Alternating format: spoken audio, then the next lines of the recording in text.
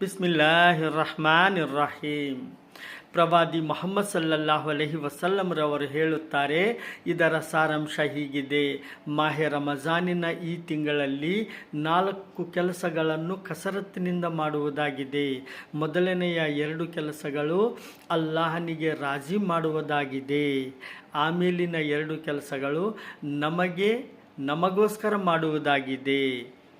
ಮೊದಲನೆಯ 2 ವಿಷಯಗಳು: ನಂಬರ್ 1, ಕಲಿಮಾಯಿ ತೊಯ್ಯಿಬಾದ ಜಿಕ್ರ್ ಮಾಡುವುದಾಗಿದೆ ಮತ್ತು ಎರಡನೆಯದು ಅಸ್ತಗ್ಫಾರ್ನ ಜಿಕ್ರ್ ಕಸರತ್ತಿನಿಂದ ಮಾಡುವುದಾಗಿದೆ.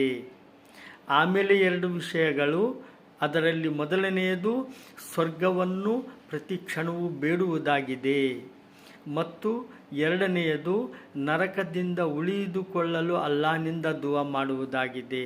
ಅಲ್ಲಾಹ್ ಸುಬ್ಹಾನಹು ವ ತಆಲಾ ನಮ್ಮೆಲ್ಲರಿಗೂ ಅಮಲ್ ಮಾಡುವವರಾಗಬೇಕೆಂದು ಅಲ್ಲಾಹನಲ್ಲಿ ಬೇಡಿಕೊಳ್ಳೋಣ. ಆಮೀನ್. ಅಸ್ಸಲಾಮು ಅಲೈಕುಂ ವರಹಮತುಲ್ಲಾಹಿ ವಬರಕಾತುಹು.